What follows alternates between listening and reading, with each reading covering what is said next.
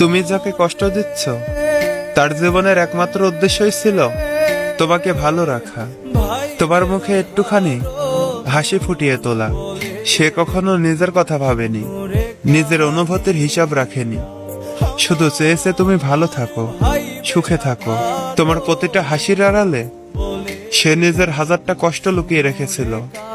তোমার ছোট ছোট ইচ্ছেগুলোকে পূরণ করতে গিয়ে সে নিজের বড় বড় স্বপ্নগুলো ত্যাগ করেছে নিঃশব্দে।